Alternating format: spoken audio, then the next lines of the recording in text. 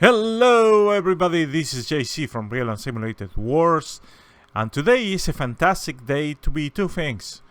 One, it is healthy of course, and second, to be the owner of a license of SB ProPE. As you know, the software has been upgraded, and I believe the version is 4.25. I misspelled that in my tweet a few days back, like 2 days back, but oh well. So I am trying it here, and one feature that I mentioned already in my blog, it is the AT ditches. And well, first things first, there is a lot of changes into this version.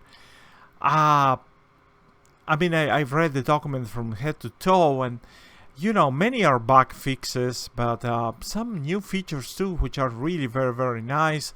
Some simplifications that have been brought into the manipulation of formations, and there is stuff here and there that makes a difference.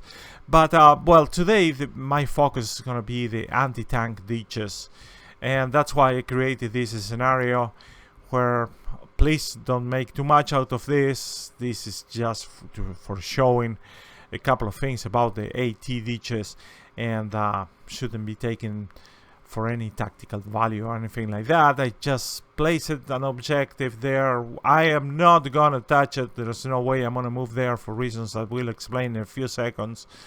But basically our opposition, it is a Russian BTR-80 type of formation, and well, we have a task force here, which is an M1 tank and 2 M3 cavalry fighting vehicles. We're augmented with engineered vehicles. We have a Kodiak and we have a Beaver or Biber. I don't know how to actually pronounce that. Pardon my English, actually my Spanglish. And well, the main dish today, it is anti-tank ditches. So I placed this anti-tank ditch in this sort of plane to play around. Basically, there is also a minefield. You can see it in the view right here. This is the AT ditch. That thing that is demarked up on the far side, it is a minefield. And well, as you can see, it is quite a deep ditch, and you cannot ram it with your tank. You're gonna get stuck there.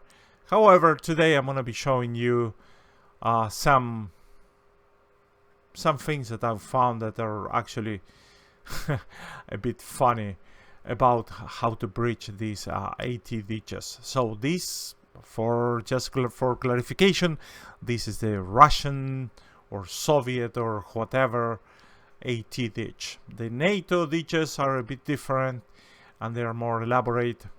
Mainly the modern type, it is not so easy, so may not apply what I'm saying right now to these other guys. So let's start the mission. So this is our Kodiak vehicle. I don't know why I jumped directly into it, but you know, it is an engineer type of vehicle, and it has a plow in front, has concertina wire. It can work very efficiently laying out concertina wires and obstacles, and it also has an excavator in the back. And the other one that you see over there, it is the bridging equipment, which we're going to be using to cross the ditch. Very useful. And right behind there we have the M3 cavalry vehicles and the M1. So why don't we start moving vehicles around? I'm gonna jump into the M1 tank, and let's start moving towards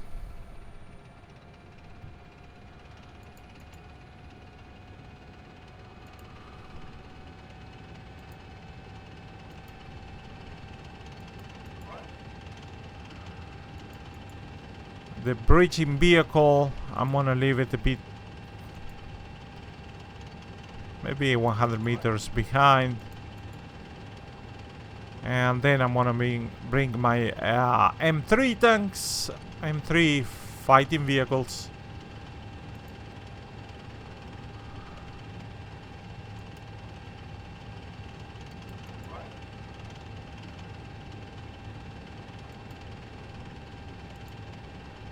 This is a new map by Abraxas.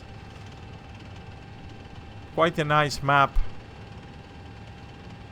We're going to turn to the right. This is a wonderful day, all clear. There is a bit of humidity in the air.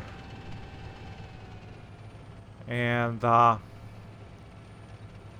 based on how the road network looks like, we're in some sort of cultivated field or something like that. Actually, the actual vegetation doesn't match that idea. It's more like a marsh or something like that. But we're not gonna make too much out of this. So right now I'm in command of this M1 tank.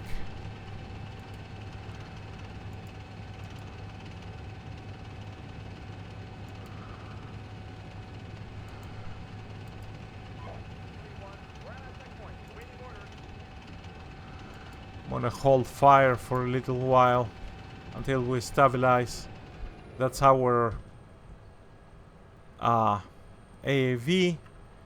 So I'm gonna drive, and well, you know, you can actually cross these AT ditches. It's not easy. It's not straightforward, but you can do it. I do not recommend it because if you're under fire, you're gonna be exposing the thin armor at the top of the tank. Oh, my driver is having second thoughts because what I'm gonna do is not recommendable. And you know, when you get into the ditch, you're gonna be exposing the upper structure, which has very thin armor, not recommended. And when you come out, you're gonna be exposing your belly, which is, you know, the worst thing that you can do, because down there the armor is very, very thin. But just for the purposes of illustrating, let me show you this. So this is how it goes.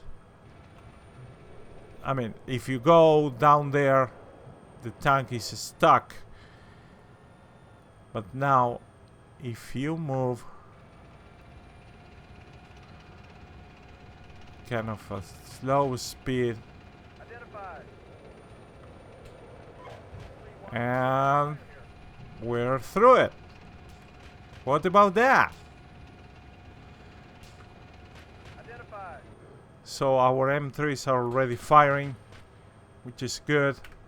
We're not gonna ask them to cross, but you know, I do not recommend this style of crossing because you're too exposed. So just don't do it. But you know, you find the odd not under fire AT ditch like we have right here, well, you can do it. This type of thing, this type of sorting or kind of, you know, brute force approach doesn't work with the NATO type of AT ditches. So don't even try, because they have a berm on the far side, and it doesn't work. But now let's bring this guy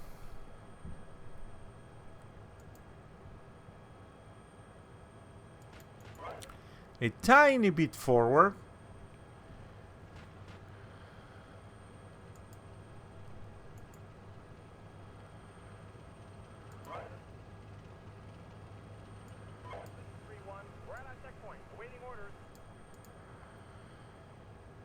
So this is our Kodiak vehicle, and let me show you what you can do with it. You can select it and do earthworks. So we're going to ask him to do an M1 Abrams type of emplacement right there. I'm gonna put it a bit in the middle. Want to make it extra long.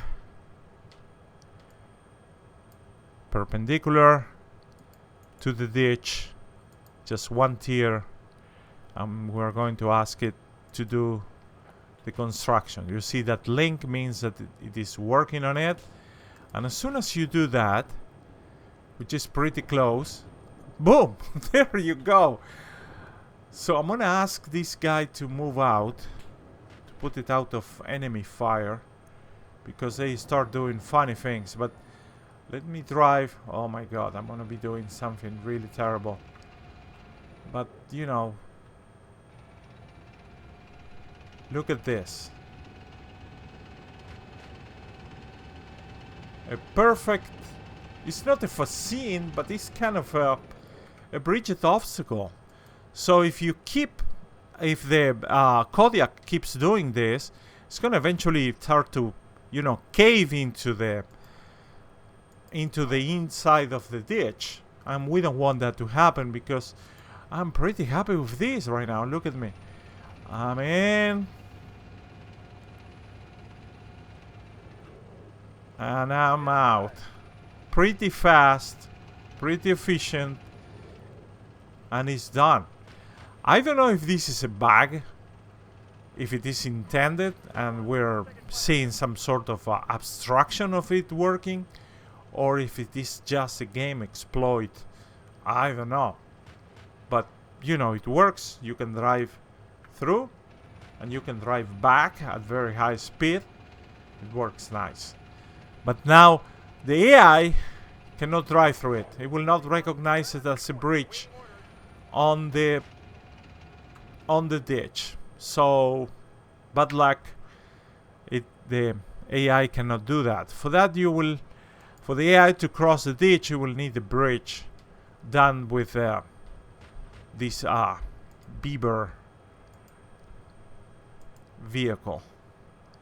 So what I'm gonna ask this guy, it is to do a bridge across the ditch.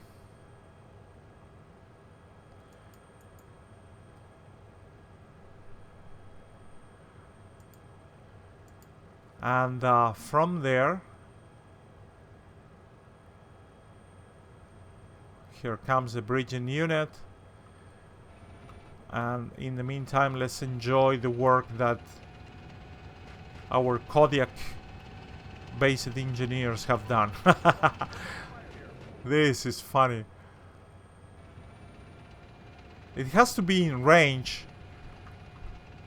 of the, you see the blue range that in the map view, you see this blue shadow means the range where the engineer can do things. And well, that type of I don't know how to call it. It is not dug in position yet, but it worked pretty fine, huh? So again, I don't know if this is just an exploit or it was actually intended to be this way. So here comes the bridging unit. This vehicle needs a repaint. I'm sure that we should be able to mod it. There it comes. It's deploying that, securing the position, and then starts deploying the bridging unit. The 3D model has like a that little glitch, like, you know, the two spans of the bridge. It should, you know, be very tight, one against the other, but this is just a minor thing. So let them do their work.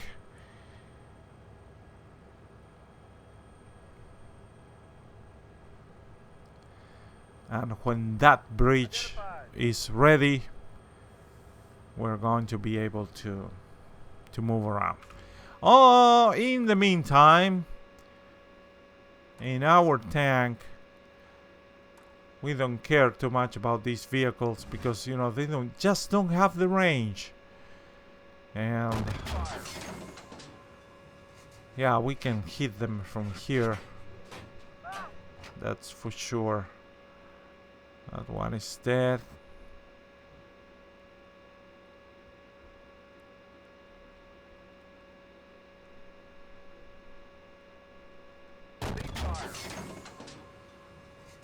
Wow. We had some ranging issue over there.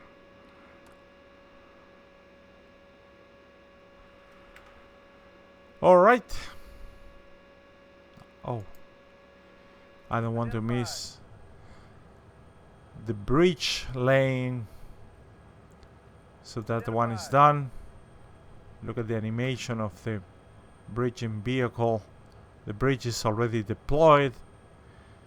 So now it's folding all its gear and moving fast through it.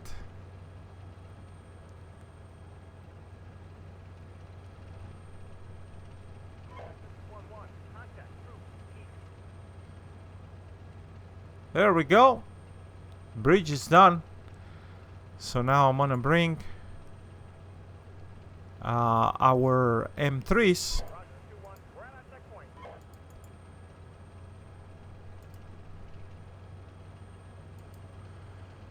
I'm gonna order them.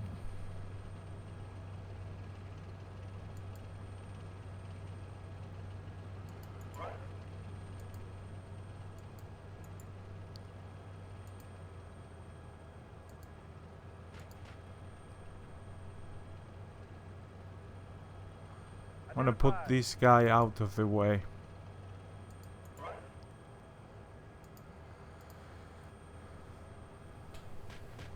Vaya con Dios. Your work is done. Our M3s are moving, all guns blazing, kicking up a lot of dust.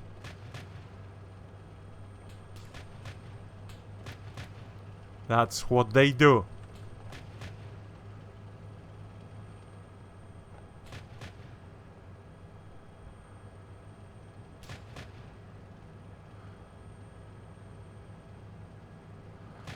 I'm sending that bridging unit.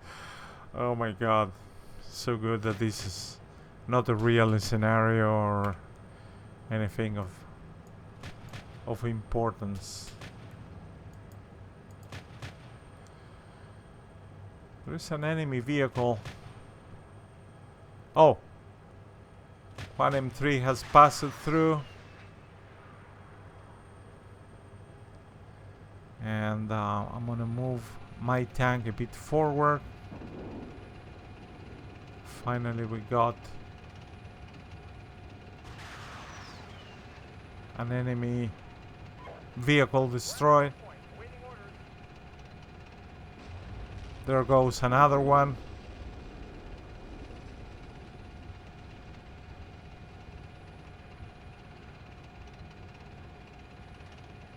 Wow.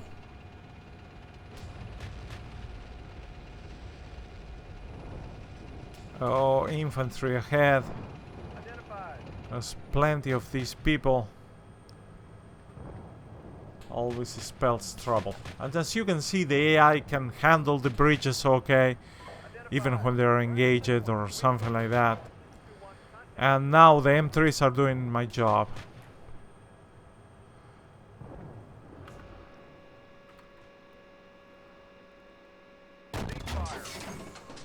Well, that will do. There was another BTR. And we have plenty of columns there. And then let me show you something.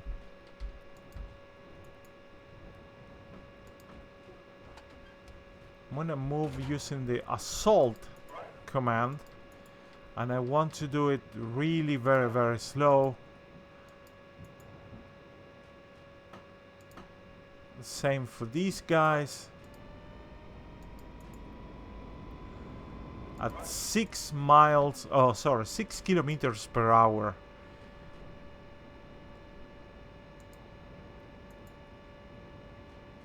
Yeah.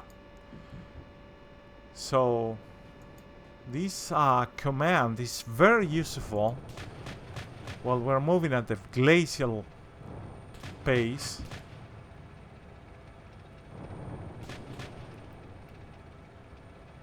And right now I'm gonna wait until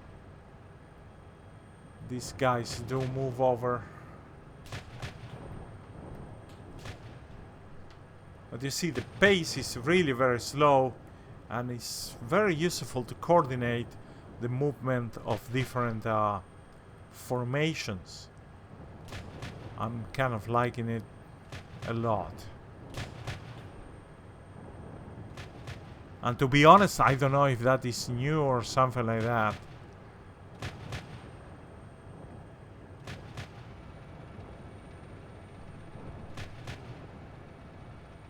So there we go. This is how we roll.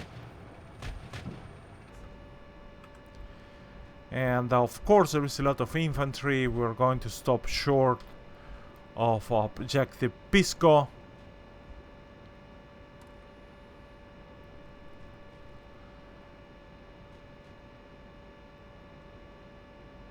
There is plenty of infantry there. They're kind of in the open, and sometimes that, you know, don't get confused. There are crevices and everything that you can ruin your day with an RPG. Basically, these troops do have RPG-7s, and they can, at close range, they can even disable or kill your crew if you're in a main battle tank like the M1 Abrams. So we're rolling. Oh, this guy's too close. Probably we need to change the waypoints, but we're moving forward. I don't want to dismount my cavalry. My troopers will stay inside, and we're going to cut it short right here. There was plenty of destruction, and that's basically what I have for today. So pretty exciting. Very, very nice to be playing this simulation, even when we have been doing this for such a long time. It's always a pleasure. So stay tuned, subscribe, and like, please. That helps me a lot. Thank you very much, and I will see you around. Don't forget to check my blog. Thank you.